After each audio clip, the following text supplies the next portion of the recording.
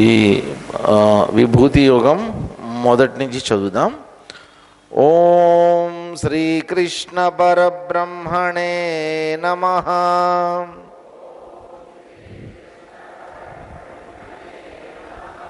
శ్రీమద్భగవద్గీత అథ దశమోऽధ్యాయః. విభూతియోగః. శ్రీభగవానువాచ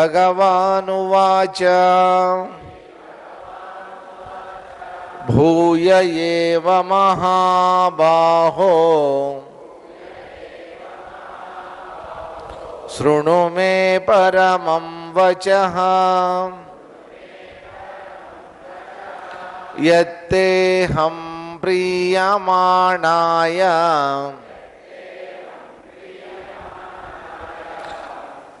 వక్ష్యామి హితకామ్యయా న మే విదుస్సురగణాః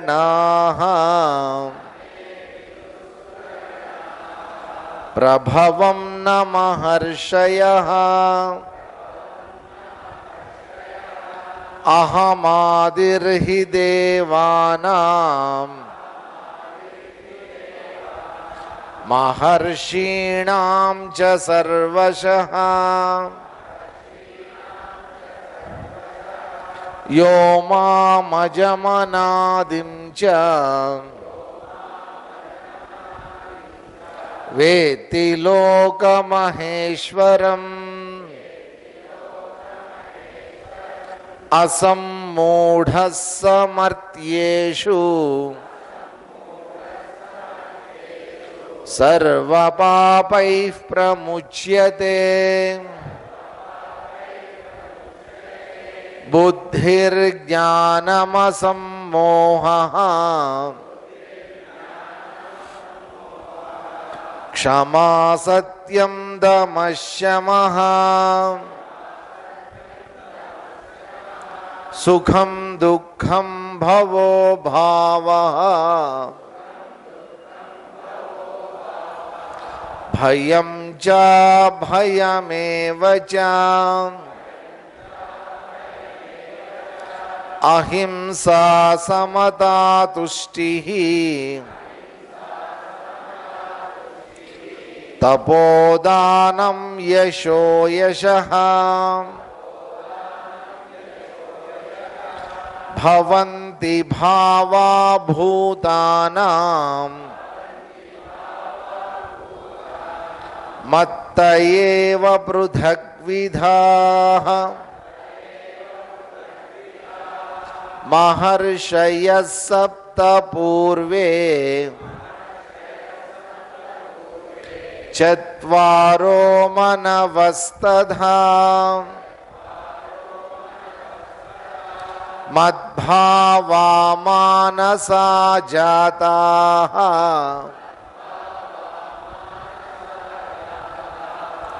ఏషాం లోక ఇమాః ప్రజాః. ఈ విభూతి యోగం ప్రారంభం భగవానుడు స్వయంగా తన యొక్క బోధతోటి చెప్పడం మొదలుపెట్టాడు. నిన్న అర్జునుడికి చెప్పినటువంటి విషయం ఏంటంటే, నేను చెప్తున్నటువంటిదంతా నీకు బాగా అర్థమవుతోంది కాబట్టి నీలో కూడా కొంత క్లారిటీ అనేటువంటిది నాకు కనిపిస్తోంది. అంటే ఇంతకుముందు మొట్టమొదట్లో ఉన్నంత అజ్ఞానము, మొట్టమొదట్లో ఉన్నటువంటి భయము అవన్నీ కూడా ఇప్పుడు నీ మొహంలో నాకు కనిపించట్లా. నువ్వు ఇప్పుడు క్లియర్గా ఉన్నావు కొంత. కాబట్టి నేను మాట్లాడేటటువంటిది నీకు ప్రియమాణాయ, చాలా ప్రియంగా అనిపిస్తోంది. కాబట్టి ఇప్పుడు నేను నీ హితాన్ని కోరేటటువంటిది నేను చెప్తా. అంటే ఏంటంటే, ఇప్పటిదాకా చెప్పినటువంటి దాన్ని మనం రెండు భాగాలుగా విడదీసుకుందాం. ఒకటి ఏంటంటే, ఇప్పటిదాకా నేను చెప్పినటువంటిదంతా కూడా అసలు నువ్వు చేస్తున్నటువంటి తప్పు ఏదైతే ఉందో దాన్ని నీకు చెప్పడానికి ప్రయత్నం చేశా. నీ కర్మయోగంలో కానీ, యోగంలో కానీ, భక్తి విధానంలో కానీ నీకున్నటువంటి భయాలు ఏవైతే ఉన్నాయో వాటిని తొలగించడానికి నేను చేసినటువంటి ప్రయత్నం. ఇక్కడి నుంచి నేను చెప్పబోయేటటువంటిదంతా కూడా హితకామ్యయ, నీ యొక్క హితాన్ని కోరి చెప్పేటటువంటిది. అంటే ఏంటంటే నేను ఇంకా ఉన్నతమైనటువంటి స్థితికి, ఇప్పుడున్న స్థితి కంటే ఉన్నతమైనటువంటి స్థితికి వెళ్ళడానికి తీసుకెళ్లేటటువంటి ప్రయత్నం చేసేటటువంటి జ్ఞానాన్ని నీకు అందించబోతున్నాను, కాబట్టి శృణు, జాగ్రత్తగా విను అని చెప్పారు. అని చెప్పి ఏం చెప్పారంటే మొట్టమొదట్లోనే నా యొక్క ప్రాభవం ఏదైతే ఉందో, అంటే నా యొక్క పుట్టుక కానీ నా యొక్క ఉనికి కానీ మహర్షయ వీళ్ళెవరు కూడా దేవానాం వీళ్ళెవ్వరికి కూడా వీళ్ళకి తెలియదు. ఎందుకని?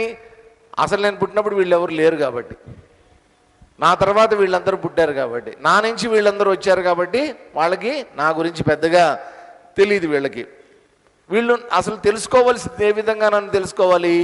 అజం అనాదిం లోకమహేశ్వరం, నాకు పుట్టుకనేటువంటిది లేదు, అనాదిం ఎప్పటి నుంచో ఉన్నటువంటి వాడిని, ఆది అనేటువంటిది లేదు నాకు, మహేశ్వరం భూతలోక మహేశ్వరం, ఈ లోకం మొత్తానికి కూడా ఈశ్వరుడిగా ఎవరైతే నన్ను తెలుసుకుంటారో అటువంటి వాళ్ళు సర్వపాపై ప్రముచ్యతే, అన్ని పాపాల నుంచి బయటపడతారు అనేటువంటి విషయం చెప్పాడు. ఇప్పుడు లోకమహేశ్వరం అన్నారు అంటే ఒక ఇల్లు ఉందనుకోండి, ఆ ఇంటికి పెద్ద ఒక ఆయన ఉంటారు, పెద్దవారు ఎవరో ఉంటారు, భార్యాభర్త పెద్ద ఆయన ఉంటారు. కొన్ని ఇళ్లలో మనం చూస్తాం, ఆ ఇంట్లో ఒక 2 కొడుకులో 3 కొడుకులో ఒక పెద్ద ఆయన అంతా ఒక కంబైన్డ్ ఫ్యామిలీ లాగా ఉంటారు. చిన్న పిల్లలు ఉంటారు దాంట్లో, అందరూ చదువుకునే పిల్లలు అందరూ ఉంటారు దాంట్లో. ఆ పెద్ద ఆయన ఇంట్లో ఒక చోట అట్లా కూర్చున్నారు అంటే చాలు, మిగతా ఇంట్లో వాళ్ళందరూ, ఆయన కొడుకులు కానీ కోడళ్ళు కానీ కూతుళ్ళు కానీ అందరూ ఎలా ఉంటారంటే సైలెంట్ అయిపోతారు. ఒక తప్పు పని చేయడానికి కానీ ఒక తప్పు మాట మాట్లాడడానికి కానీ భయపడతారు ఆయన్ని చూస్తే ఇంట్లో వాళ్ళందరూ. ఎందుకని? ఆయన యొక్క ఉన్నతమైనటువంటి వ్యక్తిత్వం.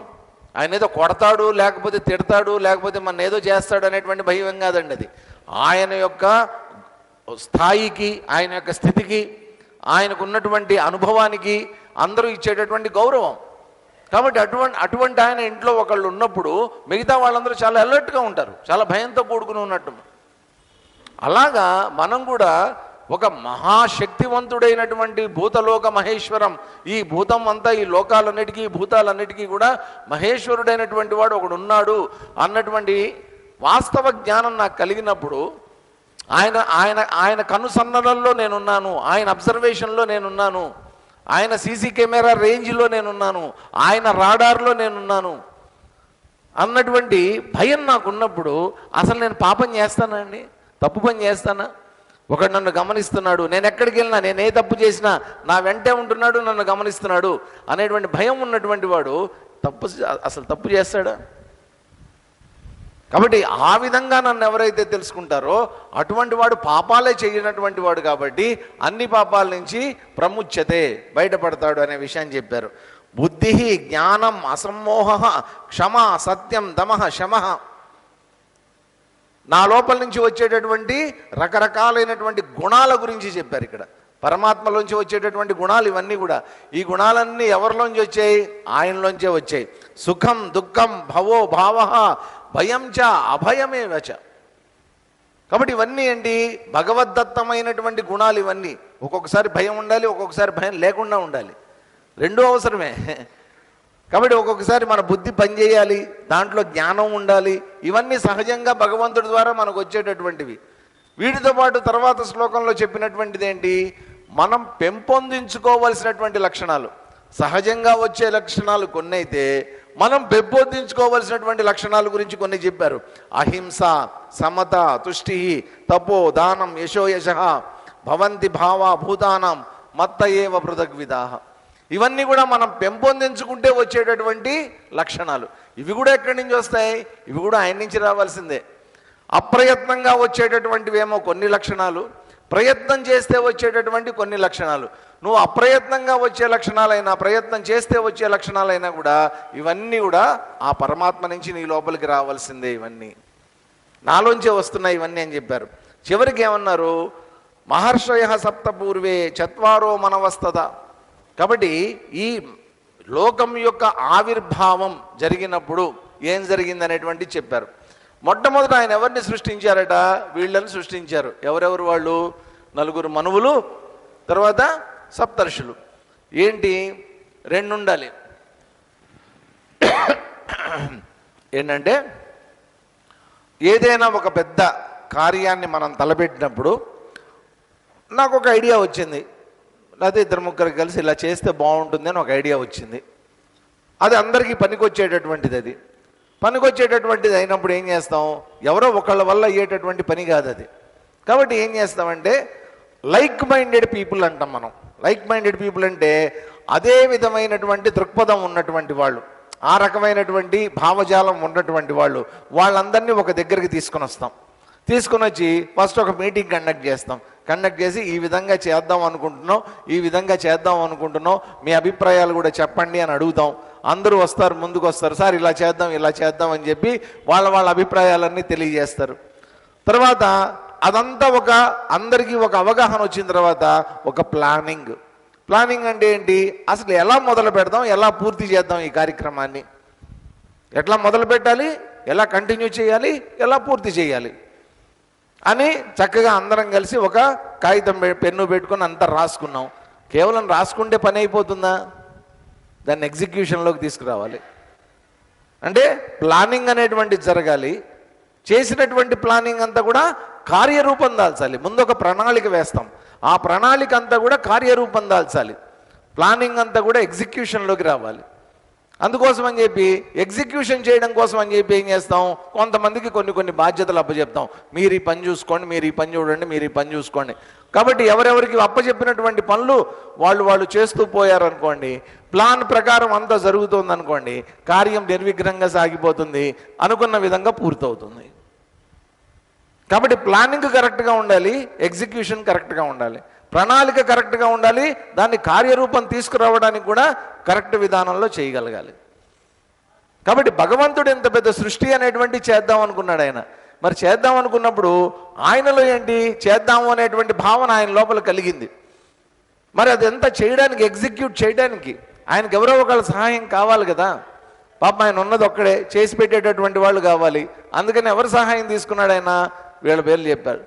సప్తర్షులు సహాయం తీసుకున్నాడు ఆయన, నలుగురు మనువులు, వీళ్ళందరి యొక్క సహాయం తీసుకున్నాడు. వీళ్ళందరికీ అప్పచెప్పాడు బాధ్యత. ఏమిటి బాధ్యత, మీరందరూ కూడా చక్కగా కొంతమంది చేయాల్సిన పని ఏంటంటే, ఇక్కడ పంచభూతాలతో తయారైనటువంటి ఈ ప్రపంచాన్ని సృష్టించడం ఒక బాధ్యత, దాంట్లో జీవుళ్ళని సృష్టించడం ఇంకొక బాధ్యత, ప్రాణాన్ని ఉంచడం, ప్రాణశక్తిని కలిగి ఉన్నటువంటి ప్రాణుల్ని పెట్టడం ఇంకా కష్టం. కాబట్టి ఏం చేయాలి, ఒక పక్క స్థిరమైనటువంటి స్థూలమైనటువంటి జగత్తుని సృష్టించాలి, దాన్ని అనుభవించడానికి కావలసినటువంటి వ్యక్తుల్ని సృష్టించాలి. రెండు బాధ్యతలు ఉన్నాయి అక్కడ. కాబట్టి ఇద్దరికి చెరో బాధ్యత అప్పచెప్పారు. మీరందరూ కలిసి సృష్టించేయండి అని చెప్పి ముందుకు పంపించారు. కాబట్టి వీళ్ళ యొక్క ఆవిర్భావం కూడా, ఈ సప్తర్షులు, ఈ మనువులు, వీళ్ళ యొక్క ఆవిర్భావం కూడా ఎక్కడ జరిగింది, అంతా ఆయన నుంచే, నా నుంచే వచ్చారు వీళ్ళందరూ అనేటువంటి విషయాన్ని చెప్పారు. చెప్పి తర్వాత చెప్తున్నారు చూడండి, 7వ శ్లోకం చదువుదాం. ఏతాం విభూతిం యోగం చ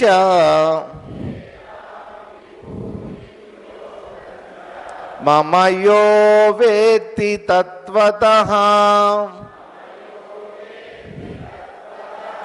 సోవికంపేన యోగేన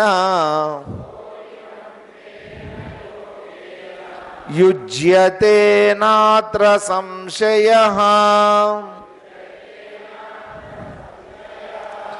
ఏతాం విభూతిం యోగం చ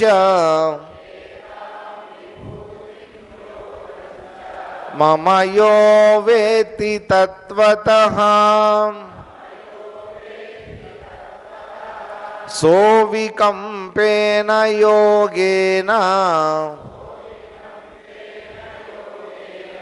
యుజ్యతే నాత్ర సంశయః. మమ ఏతాం విభూతిం యోగం చ తత్వతః యః వేత్తి. నా యొక్క ఈ విభూతి యోగము అనేటువంటిది ఏదైతే ఉందో దాన్ని తత్వతః పరిపూర్ణంగా యో వేత్తి ఎవరైతే తెలుసుకుంటారో సహ అవికంపేన యోగేన యుజ్యతే. అవికంపేన, కంపనం అంటే ఏంటి, కంపనం అంటే కంపించడం, షేక్ అవ్వడం కదా. అవికంపేన, వికంపనం అంటే బాగా షేక్ అవ్వడం. అవికంపేన అంటే అసలు ఏమాత్రం చలనం అనేటువంటిది లేకుండా స్థిరంగా ఉండగలగటం. మనకి ఎప్పుడైనా భయం వేసింది అనుకోండి, భయం వేసినప్పుడు ఎట్లా వణుకుతాం, చలేసింది అనుకోండి వణుకుతాం, కంపనం అంటాం అన్నాడు. ఆ కంపనం భూ ప్రకంపనలు అంటారు. అంటే భూమి ఏమవుతుంది, కదులుతుంది అన్నమాట. స్థిరంగా ఉండకుండా కదులుతాన్ని మనం ప్రకంపనలు అంటాం.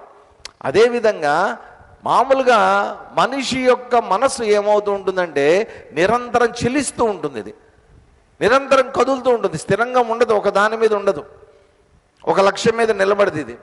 కాబట్టి ఇక్కడ ఏమంటున్నారు, అవికంపేన యోగేన, మనస్సుని స్థిరంగా నిలబెట్టడం అనేటువంటి యోగం ఏదైతే ఉందో దీనికండి ఇప్పుడు మనం చదవబోతున్నటువంటిది ఏమిటిది, విభూతి యోగం మనం చదువుతున్నాం, నిన్న ప్రారంభించాం. దీని పేరు విభూతి యోగం. మీ అందరి పుస్తకాల్లో విభూతి యోగం అనే ఉంది కదండి, ఇంకేమన్నా ఉందా? దీనికి ఇంకో పేరు ఉంది, ఏంటంటే అవికంప యోగము అంటారు దీన్ని. ఈ యోగానికి ఇంకొక పేరు అనమాట, అవికంప యోగము. అంటే చెలించనటువంటి యోగము, కదలనటువంటి యోగము. కాబట్టి మనిషిని స్థిరంగా ఉంచేటటువంటి యోగము. అంటే ఏంటి సార్, ఈ యోగం చదివిన తర్వాత మేము కదలకుండా ఉంటాం, ఇట్లా ఇట్లా కదలకుండా ఉండటం అంటే ఏంటంటే మనసు స్థిరంగా ఉండటం అనమాట. సో మానసిక స్థితి స్థిరంగా ఉంటుంది. కొంతమంది ఏమిటంటే మామూలు ప్రపంచంలో కూడా వాళ్ళ స్థిరత్వం ఉండదండి. ఏదన్నా ఒక నిర్ణయం తీసుకోలేరు సరిగ్గా, ఒక మనసును ఒక దగ్గర ఉంచలేరు.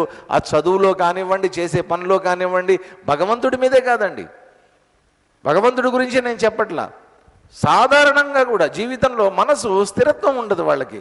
ఏమిటేమిటో మాట్లాడుతూ ఉంటారు, మనసు ఏదో చెప్తూ ఉంటుంది, ఏటో లాక్కెళ్ళిపోతూ ఉంటుంది, ఎవరేం చెప్తే అది వినేస్తూ ఉంటారు, ఎవరేం చెప్తే అది చేసేస్తూ ఉంటారు, స్థిరత్వం లేనటువంటి వాళ్ళు.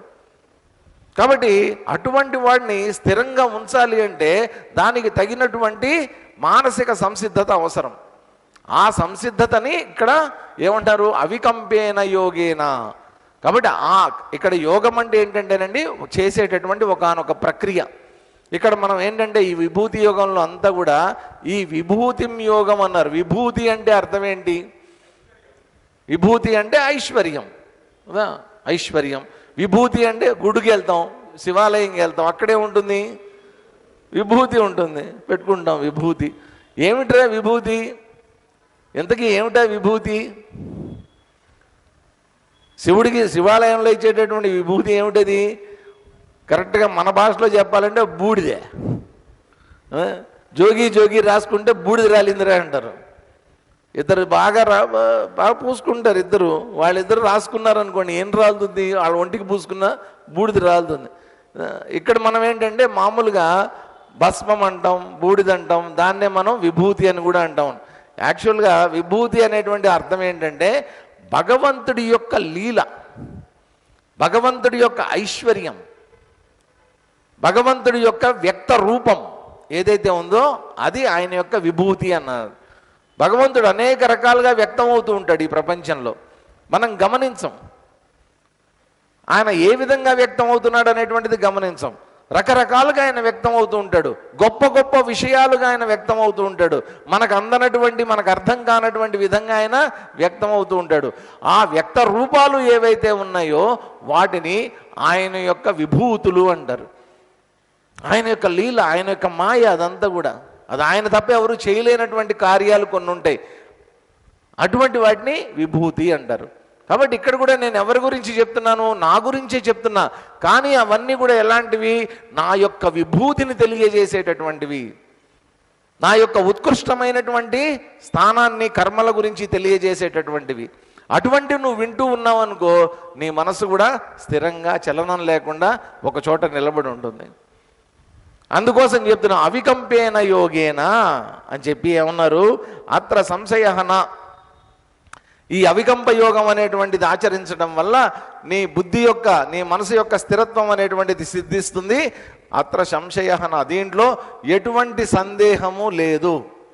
కాబట్టి భగవంతుడు చెప్తున్నటువంటి దాని పట్ల మనకు ఉండేటటువంటి నమ్మకం ఎట్లా ఉండాలంటే, భగవంతుడే స్వయంగా చెప్తున్నాడు కాబట్టి దీన్ని సందేహించాల్సినటువంటి అవసరం లేదు.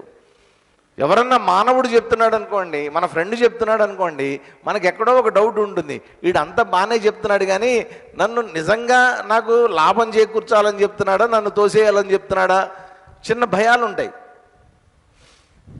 ఒక టీవీ ఛానల్లో చూస్తాం అనుకోండి, ఏమంటారు, ఎవరో ఒక ఆయన అన్నాడు, సార్ ఇవాళ వర్షం పడుతుందని చెప్పారండి అన్నాడు ఆయన. వర్షం పడుతుందని చెప్తారు. ఏ ఛానల్లో చెప్పారు అని అడిగాడు. అయితే పలానా ఛానల్లో చెప్పారు. అయితే పడదు. ఎందుకని ఆ ఛానల్లో ఏది చెప్పినా జరగదన్నమాట. నమ్మరు. అట్లా ఉంటే ఆ ఛానల్ని నమ్మరు, ఆ మనుషుల్ని నమ్మరు. కొంతమంది అంతే, కొంతమందిని మనం నమ్మం.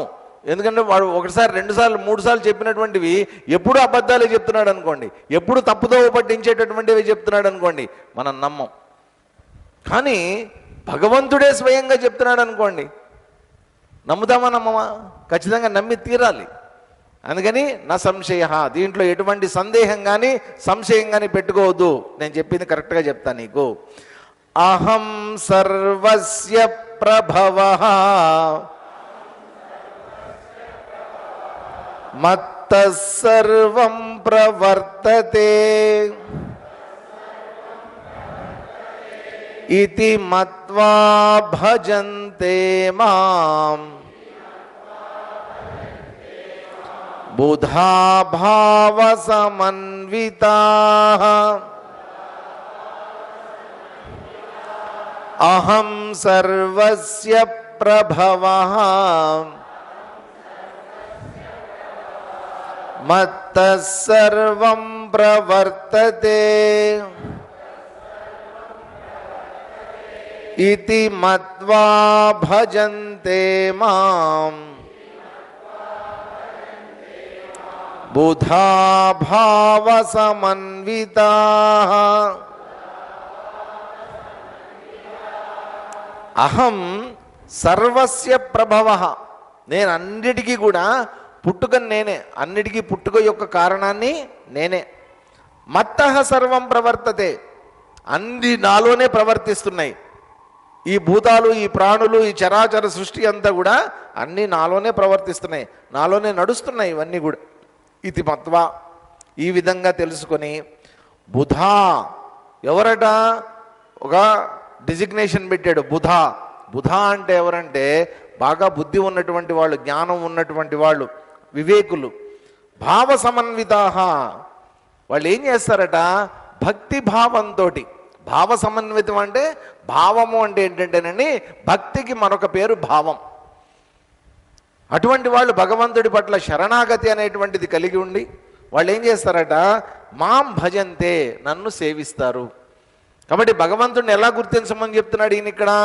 భగవంతుడి నుంచే అన్నీ పుట్టాయి, భగవంతుడిలోనే అన్నీ నడుస్తున్నాయి, అన్నీ ఆయనలోనే పుడుతున్నాయి, అన్నీ ఆయనలోనే ఉంటున్నాయి, అన్నీ ఆయనలోనికే వెళ్ళిపోతున్నాయి. ఈ విధంగా ఎవరైతే తెలుసుకున్నటువంటి వివేకులు ఎవరైతే ఉన్నారో అటువంటి వాళ్ళు నన్నే భజిస్తారు. కాబట్టి ఒకటి మనం గుర్తించాల్సింది ఏంటంటే, భగవంతుడి యొక్క ఐశ్వర్యం ఇదంతా కూడా. భగవంతుడిలోంచే అన్నీ పుడుతున్నాయి అంటే, మనం ఏవైతే అనుభవిస్తున్నామో ఈ ప్రపంచంలో, మనకు ఏవైతే అనుభవాలను ఇస్తున్నాయో, మన సుఖ సంతోషాలకి కారణమైనటువంటివి ఏవైతే ఉన్నాయో, ఈ ప్రపంచంలో ప్రతీదీ నేను అనుభవించి ఆనందాన్ని పొందాలి అని అనుకుంటున్నటువంటివి ఏవైతే ఉన్నాయో అవన్నీ ఎందులోంచి పుడుతున్నాయి? పరమాత్మ నుంచే పుడుతున్నాయి. వాటిని అనుభవించేటటువంటి నేను ఎక్కడి నుంచి పుట్టా? నేను కూడా పరమాత్మలోనే పుడుతున్నా. ఈ అనుభవం అనేటువంటిది ఎక్కడ కలుగుతోంది? పరమాత్మలోనే కలుగుతోంది. అనుభవాన్ని ఇచ్చేటటువంటిది ఆయనే, అనుభవాన్ని పొందేటటువంటిది ఆయనే. కాబట్టి మొత్తం అనుభవాలన్నీ కూడా నాకు ఆనందాన్ని కలిగిస్తున్నాయి. ఈ ఆనందం అంతా, ప్రభావం అంతా ఆయన దగ్గర నుంచే వస్తోంది అన్న సంగతిని గుర్తించినటువంటి వాళ్ళు ఇంకెవరు ఆయన్నే నమ్ముకుని ఉంటారు. 10th క్లాసు ఎగ్జామ్స్ రాసిన తర్వాత రిజల్ట్స్ రావడానికి ఒక నెల రోజులు టైం పడుతుంది. నెల రోజులు అయిపోయింది, రిజల్ట్స్ వచ్చాయి. మా నాన్నగారు అడిగారు, ఎరా రిజల్ట్స్ వచ్చాయి, అందరూ చూసుకుంటున్నారు, నువ్వు కూడా చూసుకున్నావా అని అడిగారు. అడిగితే అబద్ధం చెప్పా, ఇంకా చూసుకోలేదు అని. వాస్తవంగా చూసుకున్నా. ఏం జరిగింది? ఫెయిల్ అయ్యా, 2 సబ్జెక్టులలో ఫెయిల్ అయ్యా. తలకాయ ఎత్తుకోలేనటువంటి పరిస్థితి, ఏం చేయాలో అర్థం కాల. ఇంటికి వెళ్ళి ఫెయిల్ అయ్యానని చెప్తే వాయించి పడేస్తారు. మామూలుగా ఉండదు పరిస్థితి ఇంట్లో. ఫెయిల్ అయ్యానయ్యా లేదు, ఆ రోజు పేపర్లలో చూసుకునేవాళ్ళం నెంబర్లు, న్యూస్ పేపర్లలో చూసుకునేవాళ్ళం నెంబర్లు. ఏం చేయాలి? నాకు నచ్చలా. అది అసలు అవమానం, ఘోర అవమానం అనమాట. తలకాయ ఫ్రెండ్స్ దగ్గర తలెత్తుకోలేను, ఇంట్లో తలెత్తుకోలేను, ఎక్కడ తలెత్తుకోలేను. ఏం చేయాలి ఏం చేయాలి ఆలోచించే బెస్ట్ థింగ్ ఏంటంటే సూసైడ్ చేసుకోవడమే బెస్ట్ అని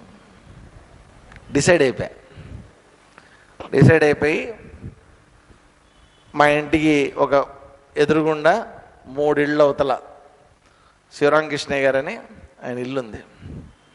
బాగా 3 అంతస్తుల ఇల్లు అనమాట, బాగా హైట్ ఉంటుంది. అది ఎక్కి దూకేద్దామని డిసైడ్ అయిపోయా. ఆ న్యూస్ పేపర్ చేతిలో పట్టుకున్నా, వెళ్ళా, 3 అంతస్తులు పైకి ఎక్కా. పైకి ఎక్కిన తర్వాత కింద చూస్తే బస్సులు లారీలు అన్నీ వెళ్తున్నాయి. దూకాలా వద్దా ఒకటే డౌటు. ధైర్యం చేశా, ఈ చెడ్డ పేరు కన్నా ఈ చావే బెటరు అని డిసైడ్ అయిపోయి దూకేశా. దూకిన తర్వాత ఏమైందంటే ఒక విచిత్రం జరిగింది.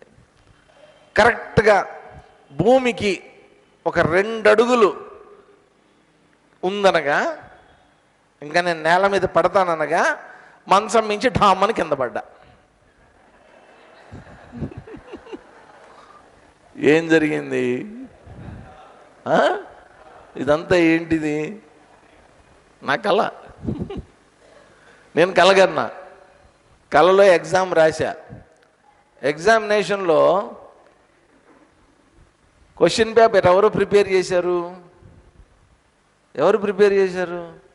నేనే ప్రిపేర్ చేశాను.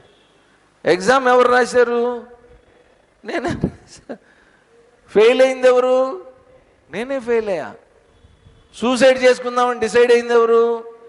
నేనే. న్యూస్ పేపర్ కూడా నేనే. 3 అంతస్తుల బిల్డింగు నేనే. ఎక్కడి నుంచి వచ్చింది అది? నా లోపల నుంచే వచ్చింది. పైనుంచి దూకింది ఎవరు? నేనే. పైనుంచి చూసినప్పుడు కనిపించిన బస్సులు లారీలు ఇవన్నీ ఎవరివి? నీవు నావే. మొత్తం అన్నీ నావే. ప్రభవాహ నాలోంచే పుట్టాయి. దూకా. ఎక్కడి నుంచి ఎక్కడ దూకాను? కలలో కాబట్టి మంచం మించి నేల మీదకి దూకా. కింద పడ్డా. అంతకుమించి ఏమైనా జరిగిందో చూడండి. ఇవన్నీ ఎక్కడ పుడుతున్నాయి? కళలో వచ్చేటటువంటివన్నీ మీరు కళ చూస్తున్నంతసేపు, కళలో ఉన్నంతసేపు కళలో కనిపించేటటువంటి వస్తువులు కానీ, కళలో కనిపిస్తున్నటువంటి వ్యక్తులు కానీ